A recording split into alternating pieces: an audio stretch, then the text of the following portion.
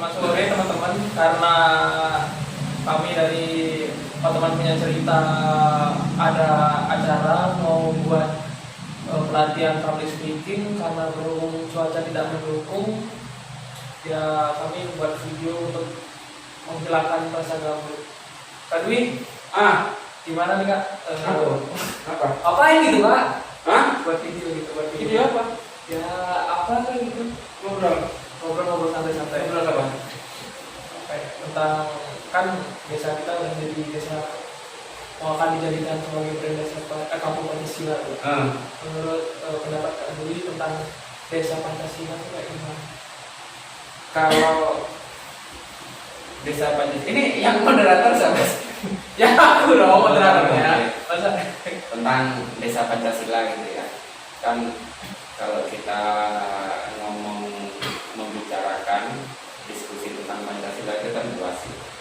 Hanya kita juga harus lihat persepsi atau cara berpikir dari orang awam dulu gitu kan, sehingga nanti visi misi Pancasila itu bisa tersampaikan. Salah satu contoh mungkin kalau di era modern itu kita ngangkat tema gotong royong misalnya. Gotong royong dalam hal apa gitu? Bisa dalam hal lingkungan bersih-bersih, bisa dalam hal kerja bakti di desa, bisa dalam hal diskusi bareng gitu kan, membentuk persepsi yang sama tentang Pancasila di tingkat kampung desa, ya minimal ya di keluarga sendiri, di teman dekat ya. Simpelnya. jadi contohnya untuk desa, berarti sebelum kita menjadi desa Pancasila ini atau kampung Pancasila ini, kita harus bisa menerapkan Pancasila itu sendiri dari hal yang terkecil. Iya. Contohnya dari keluarga. Karena kalau di masyarakat awam itu justru menurut saya mengamati, justru kadang masyarakat awam itu sudah menerapkan, cuma nggak tahu kalau itu menerapkan Pancasila.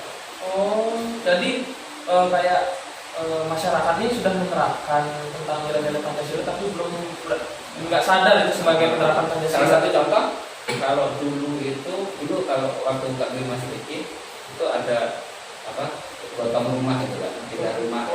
Nah itu kan sebenarnya bentuk gotong royong yang secara kalau seperti itu otomatis orang satu dengan orang lain berkumpul, orang satu dengan lain berkomunikasi, orang satu dengan lain akhirnya kenal, saling mengenal dan sebagainya. Itu bisa dikategorikan tujuannya adalah persatuan.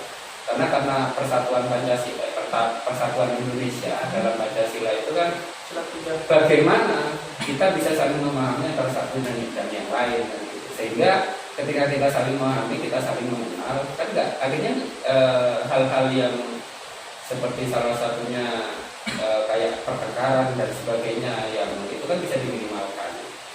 Nah ini Mas gitu. Nantilah kita lihat kalau bagus ya, kita masih lumayan kan. Ya aja untuk YouTube. Nah sekarang balik tanya aja. Waduh, iya gimana nih? Nah tujuan bikin akun YouTube, ini akun YouTube-nya apa yang ini?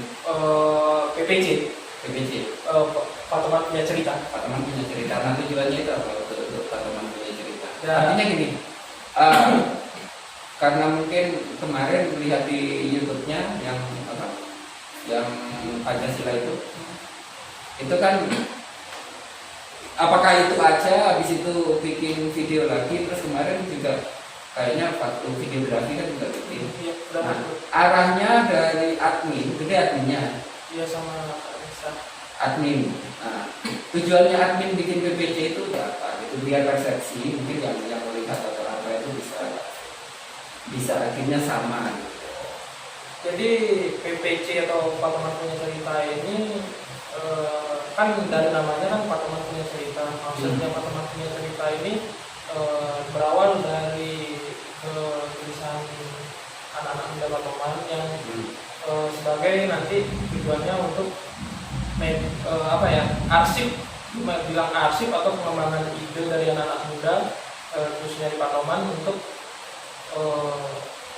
sebagai dokumentasi ataupun hal-hal yang lainnya tentang di lingkungan Patoman itu sendiri ataupun di luar Patoman sendiri. Jadi nanti gimana ya, Pak Toman itu channel YouTube Pak Toman Punya Cerita itu sebagai tempat ataupun wadah untuk menampung aspirasi sebagai bahan latihan untuk anak-anak muda Pak Toman ataupun sekitarnya, sebagai media latihan lah ataupun pengembangan ide-ide mereka. Jadi kayak gitu. Berarti kalau misalkan nih ada anak muda Bromo atau mungkin juga kecamatan lain request gitu, Kak angkat topik ini, berarti bisa ya, meskipun topik yang diangkat itu tidak hanya Pak Toman. Silakan. Yang penting dari gininya, pokoknya Pak Toman itu tahu. Jadi Pak Toman itu sebagai teman cerita gitu lah kayaknya. Teman cerita. Teman cerita dari terserah dari mana, yang penting Pak Toman mengetahui dan dia itu sebagai penceritanya gitu. Makanya Pak Toman punya cerita. Jadinya Pak Toman tahu, terus Pak Toman punya ceritanya gitu. Menceritakannya aja sebagai pencerita sih orang-orang lain. Orang-orang lain. Jadi nanti terserah diisi konten apa, yang jelas itu dari anak-anak muda Pak Toman ataupun sekitarnya, ataupun anak-anak muda lain untuk merequest itu nanti digarap sama anak-anak muda Pak Toman sebagai nanti didokumentasikan sebagai video, terus tujuannya untuk menceritakan gitu, menceritakan berupa video kan seperti itu. Jadi kayak gitu, nanti terserah mau mengangkat tentang hal-hal apa, yang jelas nanti dibuat sebagai video untuk sebagai dokumentasi untuk tujuannya untuk menceritakan intinya. Berarti kalau masalah ide satu tuh bagi semua para yang nonton, kalau punya ide apa, keresahan apa, bisa komen di bawah. Karena dari admin sudah mempersilahkan, nanti mungkin itu bisa kita jadikan sebagai bahan diskusi dulu untuk selanjutnya dieksekusi. Ceritanya katanya seperti itu, karena Pak Toman punya cerita. Jadi ceritanya tidak hanya dari Pak Toman ya, bisa dari luar negeri juga bisa. Kayaknya nggak mungkin. Apa perang Palestina sama Irak? Waduh, jangan bahas perang dong. Kita ini masalah persatuan. Iya sih, lupa masalah ya. Artinya kalau misalkan ada kenalan dari luar Jawa pas kesini, bisa aja nanti di komen-komen kan bisa. Contohnya di video ini nanti ada yang komen, tolong akan cerita sampah plastik ataupun apa gitu, silakan aja nanti kita buatkan video dokumentasi tentang di suatu desa, suatu desa mana gitu yang sampah plastiknya itu menjadi problematika. Kemarin sempat itu ya rame di salah satu grup tentang sampah yang ada di pantai. Itu menurut Anda sebagai warga masyarakat gimana? Ini bentar, yang moderator siapa sih? Saya itu di situ.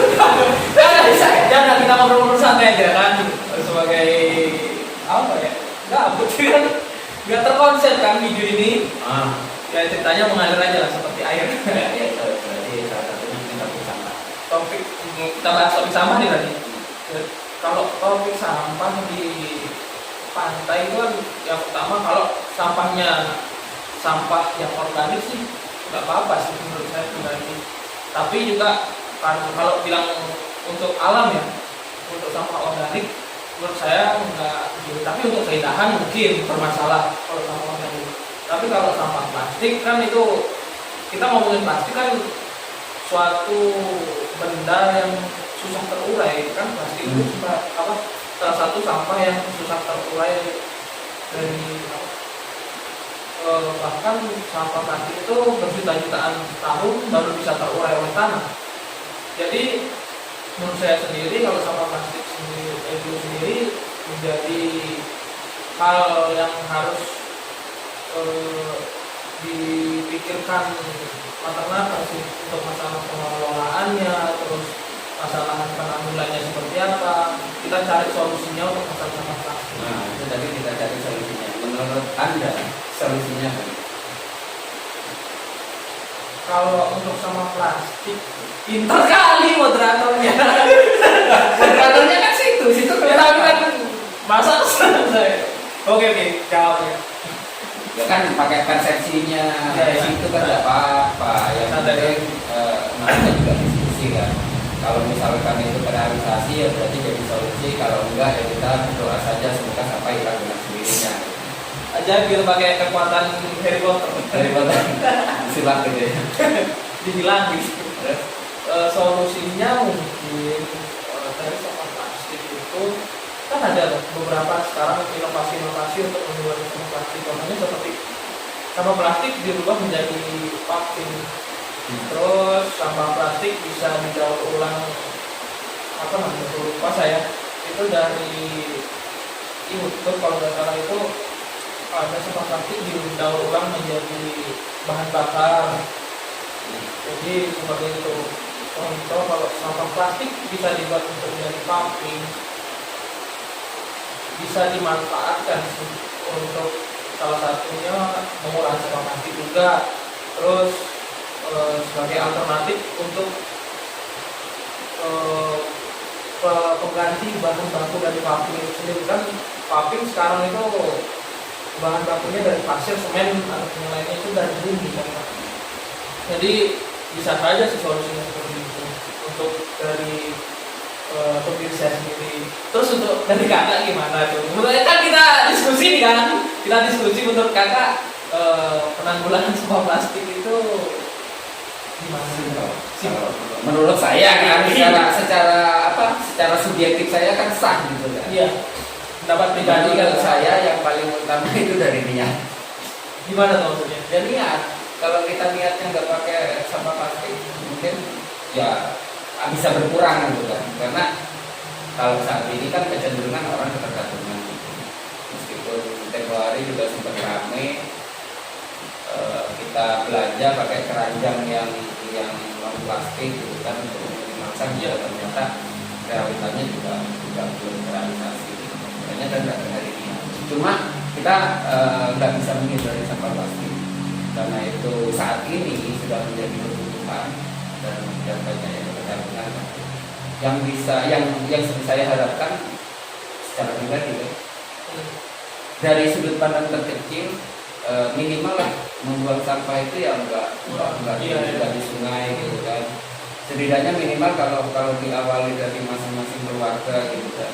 Kalau zaman mbah kita dulu, salah satu contoh di Tegal Bimo, karena mbahnya nggak biasa Tegal Bimo, terus setiap rumah pasti punya lahan yang cukup luas gitu kan.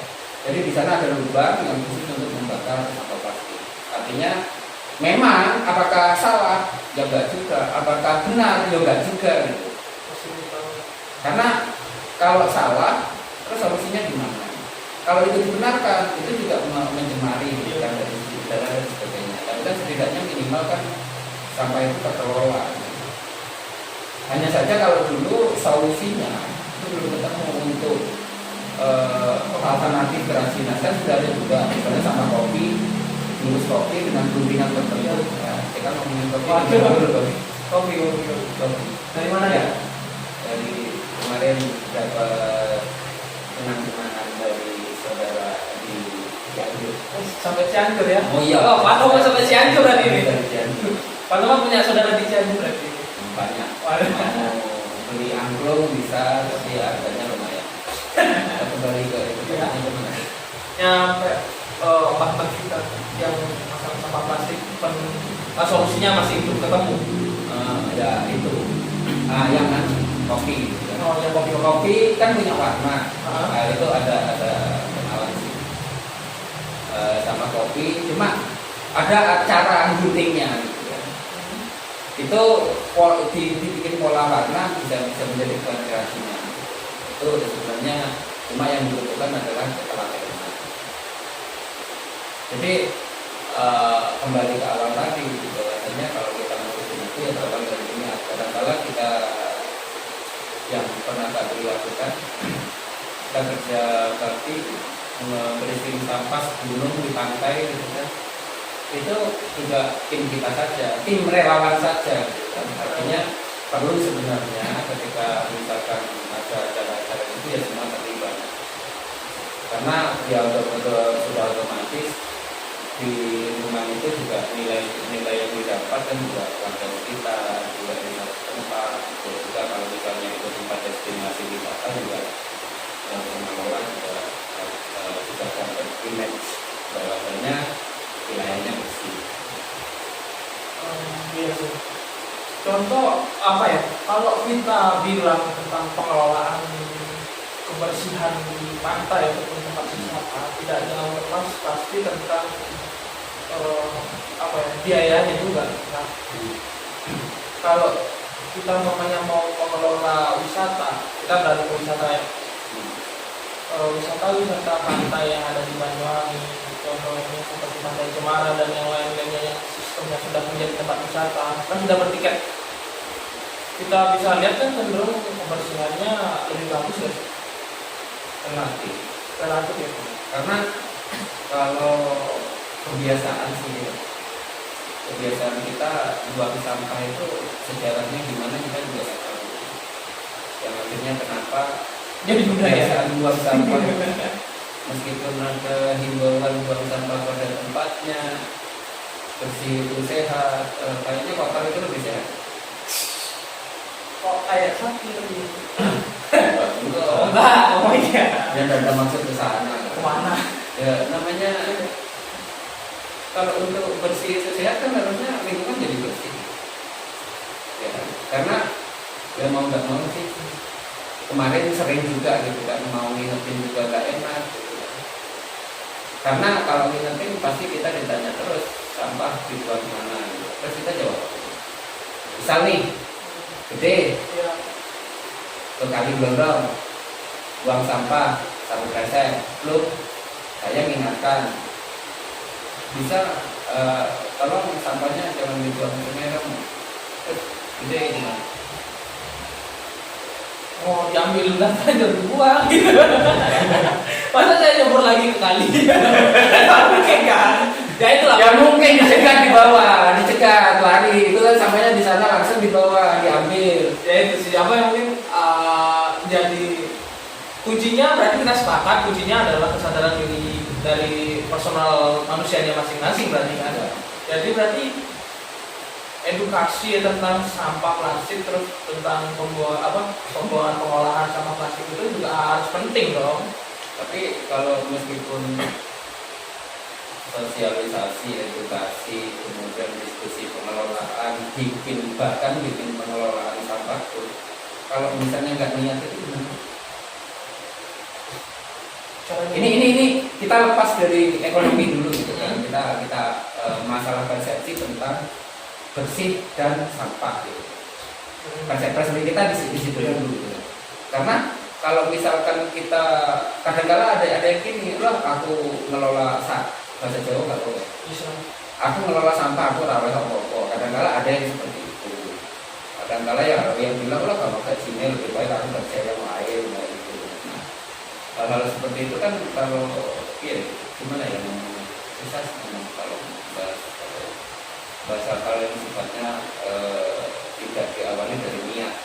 Makanya kadang-kala ada orang yang mengangkat isu tentang sampah itu hanya jadi sekedar bahan gitu kan. Padahal kalau seandainya kita bikin ini berandai-andai boleh ya, saya punya harapan kan, berharap ketika misalkan ada ayo bersih-bersih sampah, ayo ya yang dukung siapa gitu kan. Sekarang medsos itu banyak, jadi relawan yang ngambil dari yang bisa viewers, yang komentator yang biasa komen di media sosial ataupun di YouTube gitu kan. Nah, sekedar ajakan. Ya niatnya bersih-bersih habis itu pulang gitu aja sih. Kan saya yakin juga masih banyak juga yang peduli gitu kan tentang bagaimana kita setidaknya memberikan itu sampah. Ya lewat kamu sampah. Telinga maksudnya karena suara kan. Nah,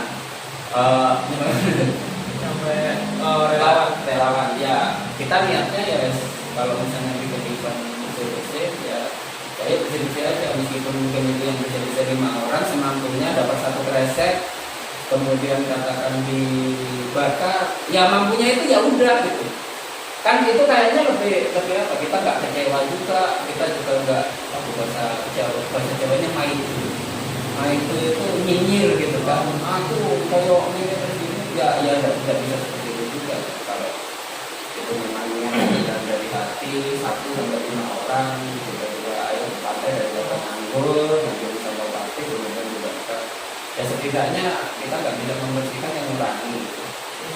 Jadi hal-hal sederhana itu sebenarnya bisa kita lakukan. Cuma itu tadi yang pertama niatnya dulu. Kalau memang niat kita satu ke alam itu niat membersihkan, ya saya yakin kok. Masa sih alam yang begitu baiknya tidak memberikan feedback kepada kita, minimal ya kualitas lingkungan, kayak mungkin sumber mata air, sumber udara itu kan juga bagian dari kita. Bayangin kalau misalnya Anda jangan sehari 5 menit berada di pembuangan sampah akhir 5 menit saja. Ya kan? Nah, itu sedikit apa ya, sedikit gambaran yang pernah saya alami gitu, ketika pernah masuk di TPA pembuangan akhir gitu. Itu saya merasa sesek gitu. Ya terus masa sih kita terus buang sampah gitu kan. Habis itu ya kalau 1 orang gitu. Bisa sehari itu berapa orang yang buang sampah yang sungai, yang artinya ke pantai dan sebagainya. Yang itu ada cerita di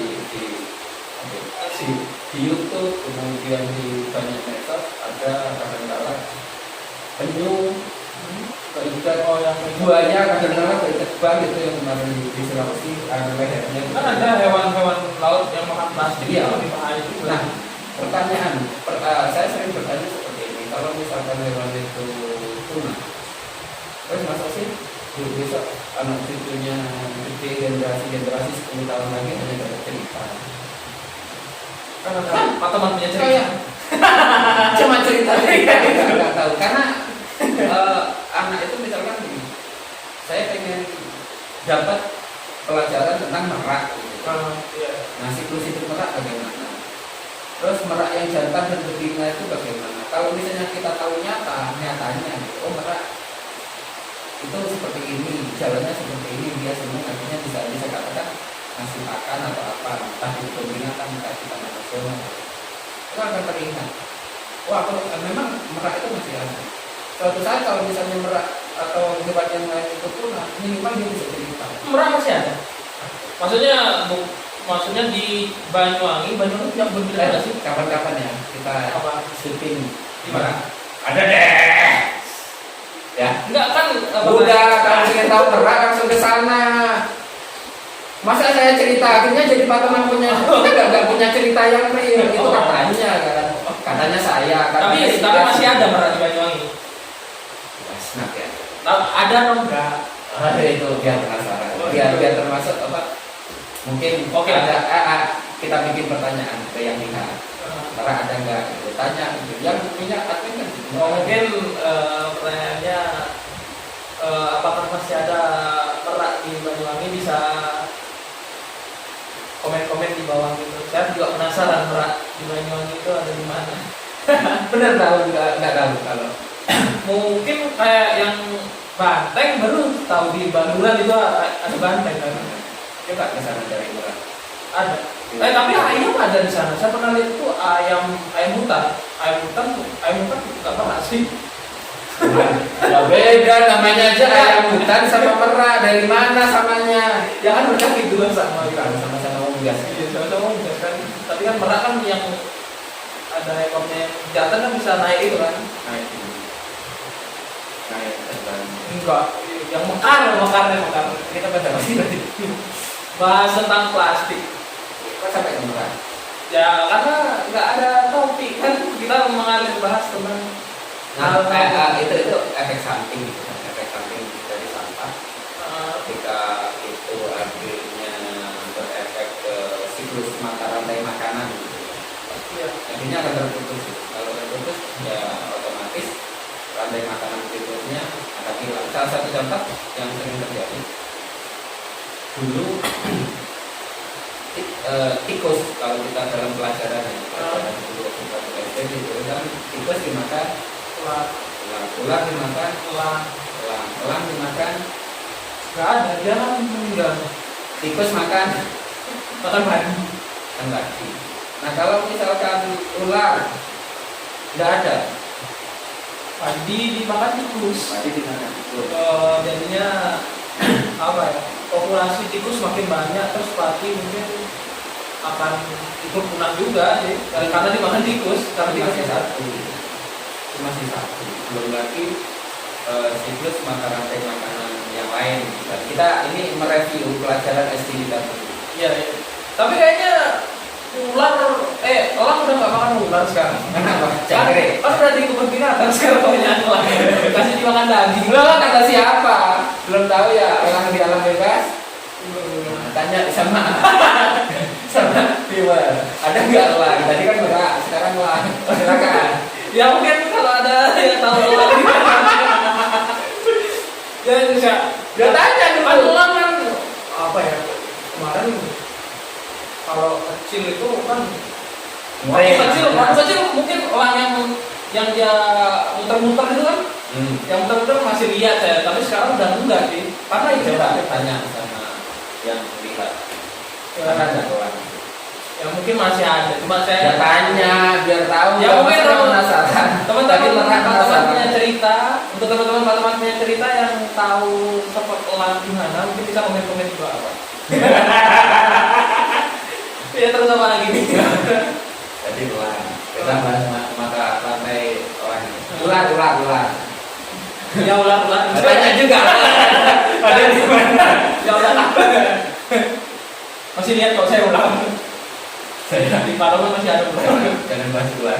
Iya. Saya takut. Iya. Nanti di prank ular. Lanjut Kak. Apa tentang apa plastik? Udah. Sama pasti itu aja. Kalau mau solusi yang niat. Terus apa lagi? Ngobrolin apa lagi? Apa ya? Mungkin ngobrolin masa lalu kan. Mungkin masa lalu kakak gitu tentang Pak Toman yang sekarang sama Pak Toman yang kakak kecil gitu. Contohnya kayak seperti gotong royong kan, dan permasalahannya sekarang adalah nggak ada rumah yang bisa digotong kan sekarang. Kan dulu Matli katanya bilang rumah Pernah tahu. Oh, kan Karena rumahnya gede.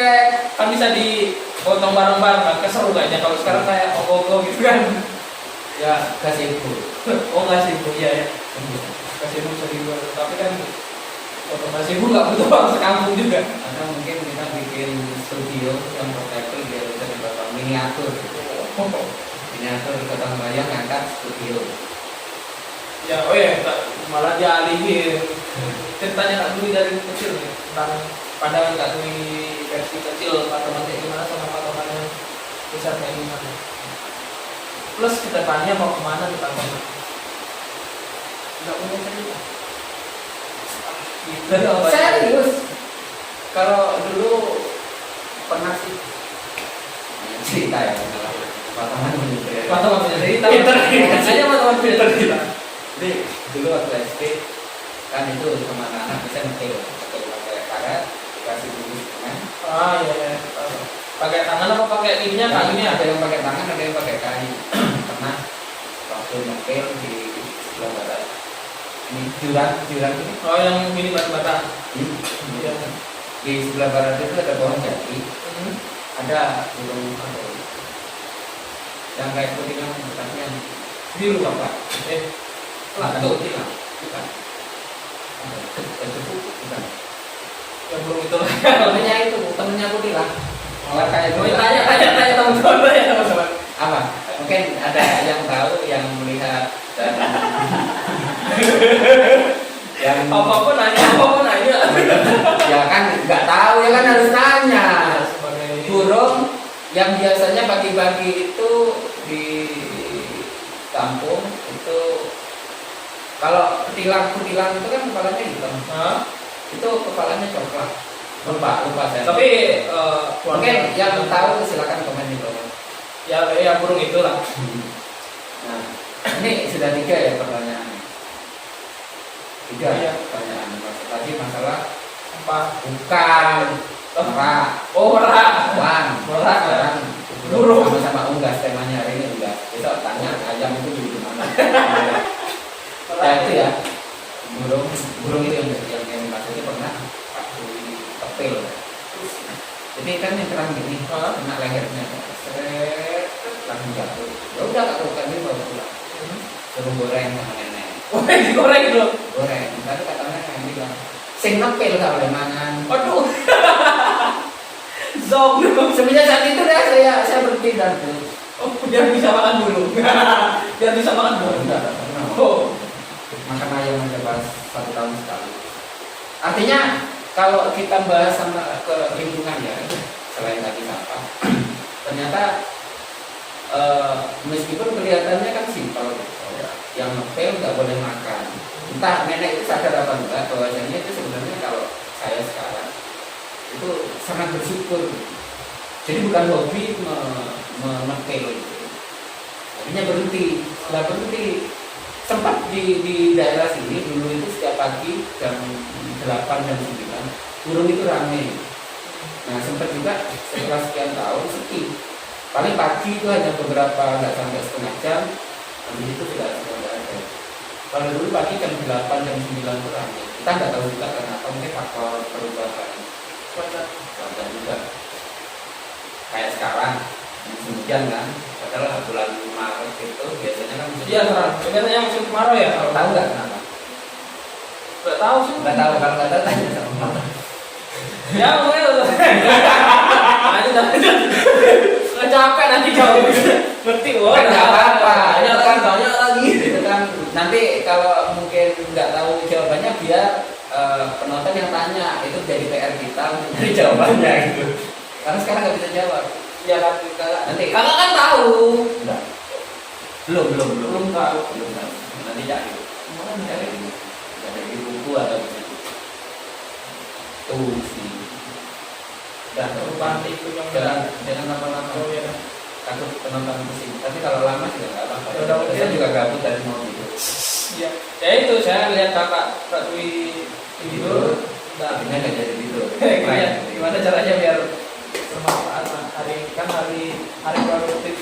Minggu nggak produktif sih. Ya justru itu. Bagaimana caranya kita nggak produktif jadi produktif. Meskipun kita kayaknya mungkin nggak ada manfaat gitu kan obrolan. Tapi ya berusahalah harapan kita jadi produktif. Gitu aja. Mungkin udah ya. Udah ya. Ya, kalau mau lanjut Ya, jangan. Nanti biar ada nanti. Masa pertemuan punya cerita bahasnya tentang elang, merak sama burung. ular tadi masuk. Oh, enggak, ular udah. Tikus. Tahu. Tikus padi. Tahu. Tahu jenis padi asli Banyuwangi? Emangnya ada? Hah? Pernah ada. Pernah tahu? Mungkin bisa dibahas video-video. Pernah tahu? Loh, saya tanya pernah tahu? Enggak. Sama saya nggak tahu. Wah. Kok kira tahu? Enggak lah, nanti nyari tahu. Ya. Nanti lah, mungkin kalau ada, mungkin untuk teman-teman yang tahu tentang padi khas Banyuwangi, saya masih nggak tahu dia ngeprank apa gimana ini. Mungkin bisa di komen-komen untuk diangkat lah kebudayaan-kebudayaan dari Banyuwangi biar bisa terekspos lagi gitu. Mungkin siapa tahu bisa dikembangkan lagi padi di Banyuwangi gitu. Beneran nggak ada? Nggak tahu. Katanya ada. Katanya ada.